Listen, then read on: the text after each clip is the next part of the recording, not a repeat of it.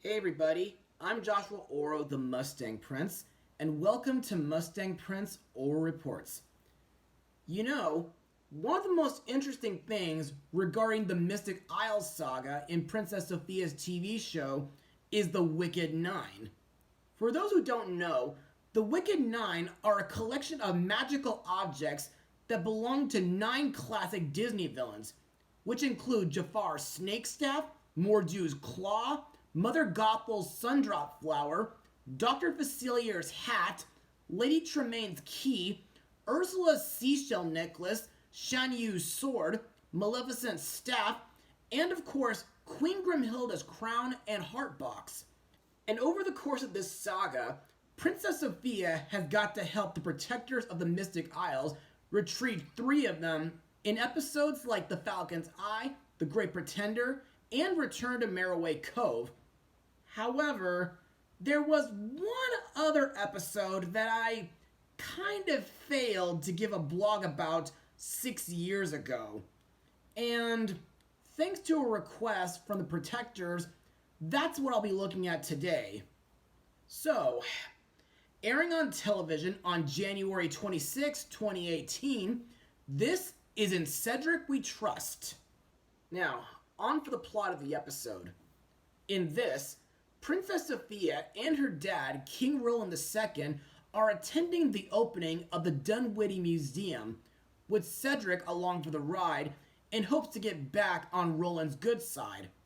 Unfortunately, Cedric's raven Wormwood, who's fed up with his goody-goody attitude, causes further mistrust and steals one of the Wicked Nine, Queen Grimhilde's crown. When Cedric is blamed for the theft, Sophia must help him retrieve it in order to clear his name. So, what are my thoughts on this episode? Well, in my opinion, this episode was pretty thrilling and intense at times, and the ending was pretty surprising. But there is one thing that I really nitpick in this. And to further explain what it is, let's move on to Mustang notes. Now, firstly, the episode's title is an homage to the United States motto, "In God We Trust."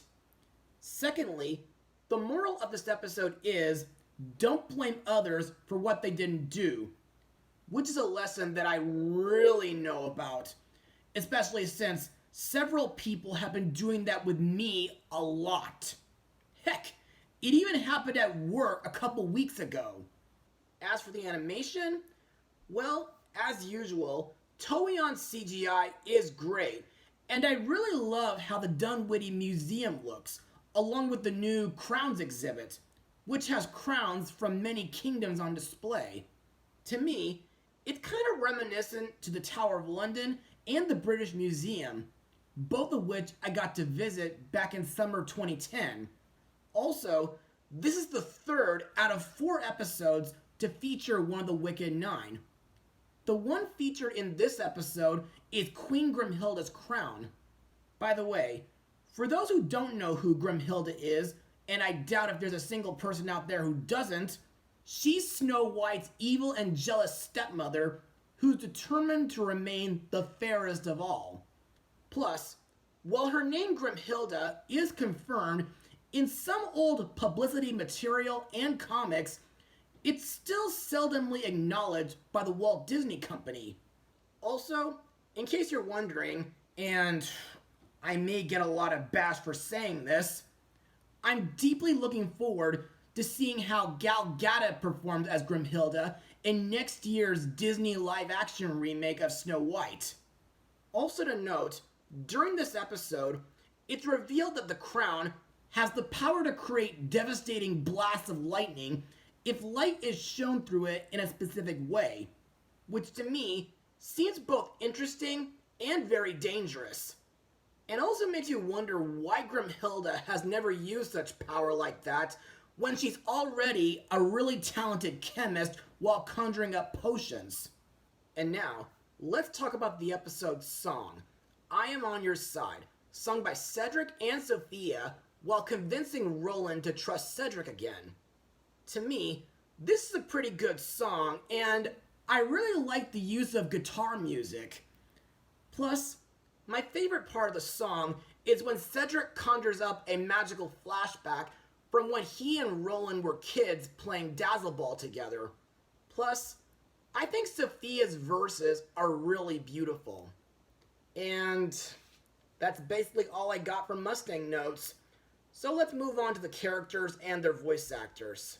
Princess Sofia is voiced again by Ariel Winter, best known for voicing young Kyrie in the Kingdom Hearts game series, Marina in Jake and the Neverland Pirates, a few of Thumper's sisters in Bambi 2, Marlene in the complete version of Final Fantasy VII Advent Children, young Trixie in Speed Racer, Penny Peterson in DreamWorks' Mr. Peabody and Sherman, and Smurf Lily in Smurfs The Lost Village. To me, Sofia is a kind, helpful, and compassionate princess, and ever since the Mystic Isles special, Sofia has been training to become the first protector of the Everrealm, with Krista as her trainer and Sky and Minimus as her steeds.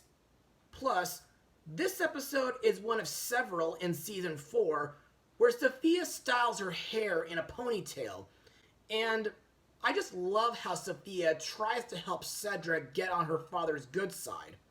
Also to note, I thought Sofia was brave while confronting Prisma, and I liked the part where she uses her enchantment to contact Orion and Vega after failing to retrieve Queen Grimhilde's crown. Next is Cedric the Sensational, voiced again by Jess Harnell, aka Wacko Warner from the Animaniacs series. Now, ever since the Day of the Sorcerers episode, Cedric has had a hard time attempting to prove his change of heart, due to King Roland and many of the castle's staff not trusting him. And in my opinion, Cedric has a very sympathetic and interesting role in this. Despite a couple scenes where he shows his nervousness and stutters, just like in Cedric's Apprentice, and where he accidentally collides into Roland, causing him to spill Jiggly Wiggly pudding on him, I thought the scene where he mentions the times when he and Roland were close friends when they were kids did give him some nice character development. And I found it interesting that Cedric has quite the knowledge for chronology. Plus, I liked the scene where Cedric enchants Wormwood's feather to act as a compass to lead him, Sofia, and Roland to where he's going. And the part where Cedric sacrificed his own safety to save Sofia when she was being attacked by Prisma. Next we come to his raven, Wormwood, voiced by the great Jim Cummings. During this episode, Wormwood is not happy about Cedric turning over a new leaf. While at the Dunwiddie Museum, after overhearing Prisma and Twitch plotting to steal Queen Grimhilde's crown, Wormwood volunteers to steal it for them by causing a chandelier to fall in order to distract the guards. Later, when Cedric catches up and confronts him, Wormwood tells him that he cannot work with a master who is no longer evil, and he decides to ditch him and join Prisma's team.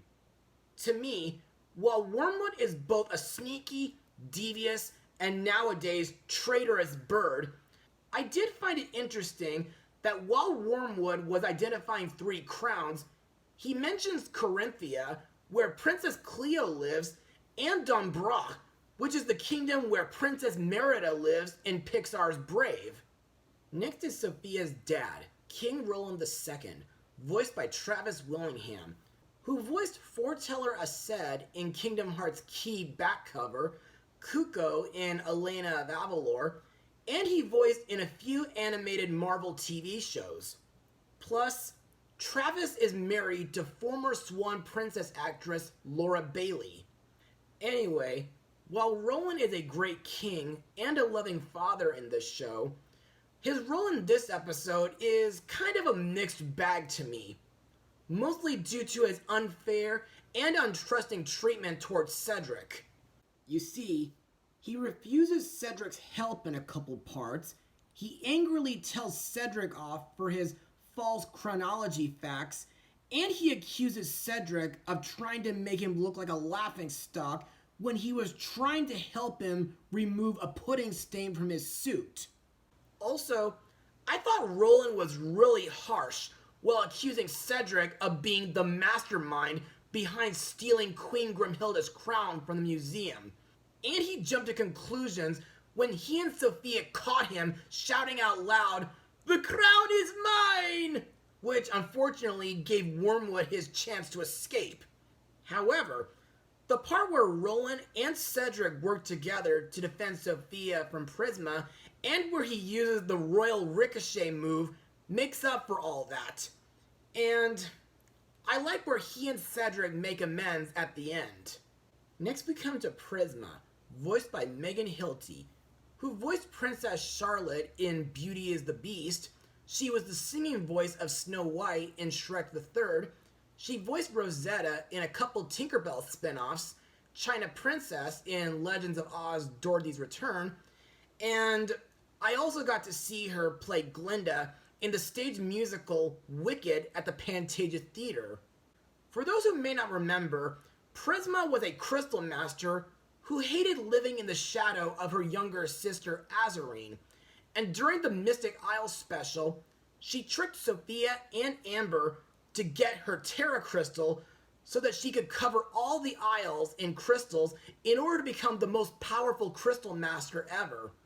Thankfully, Sofia, with some help from Amber, Sky, and Harumph, managed to defeat her by using a shattering stone to destroy her Terra Crystal and her powers, and they turned her over to the Protectors.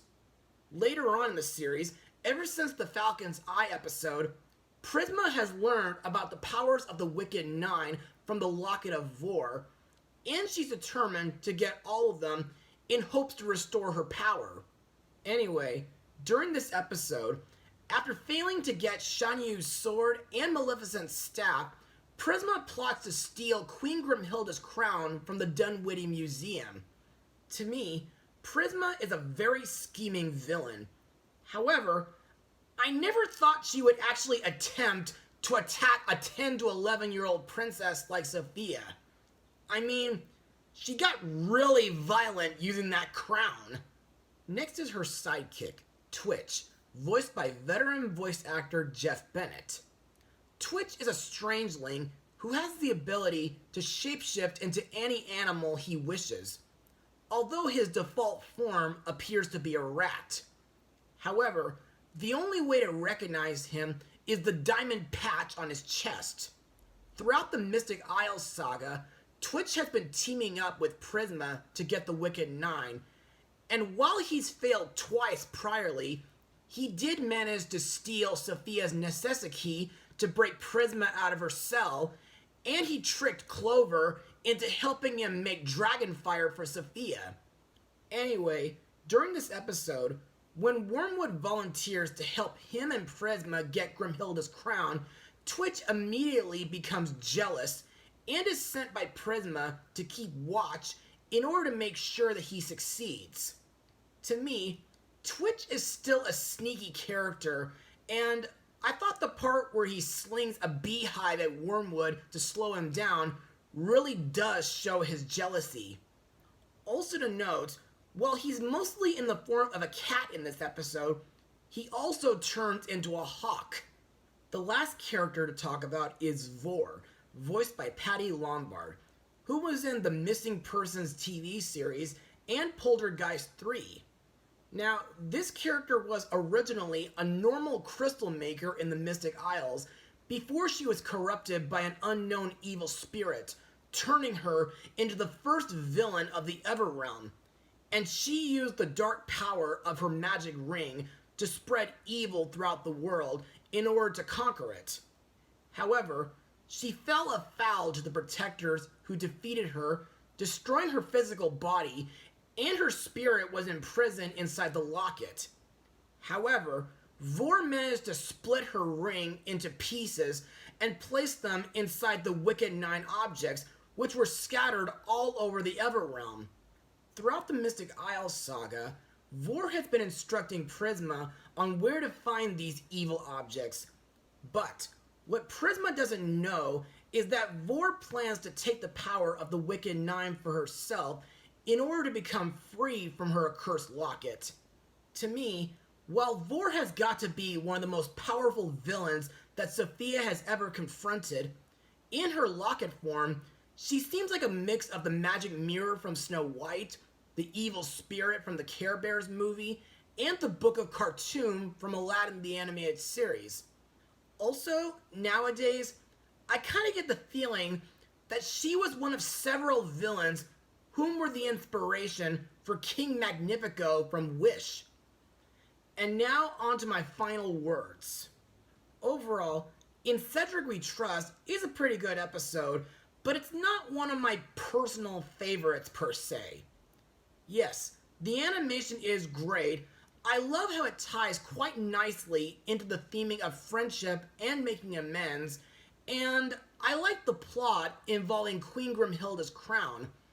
Plus, I think Cedric was a very sympathetic main character due to him trying to show everybody that he really has turned over a new leaf, as well as trying to prove his innocence.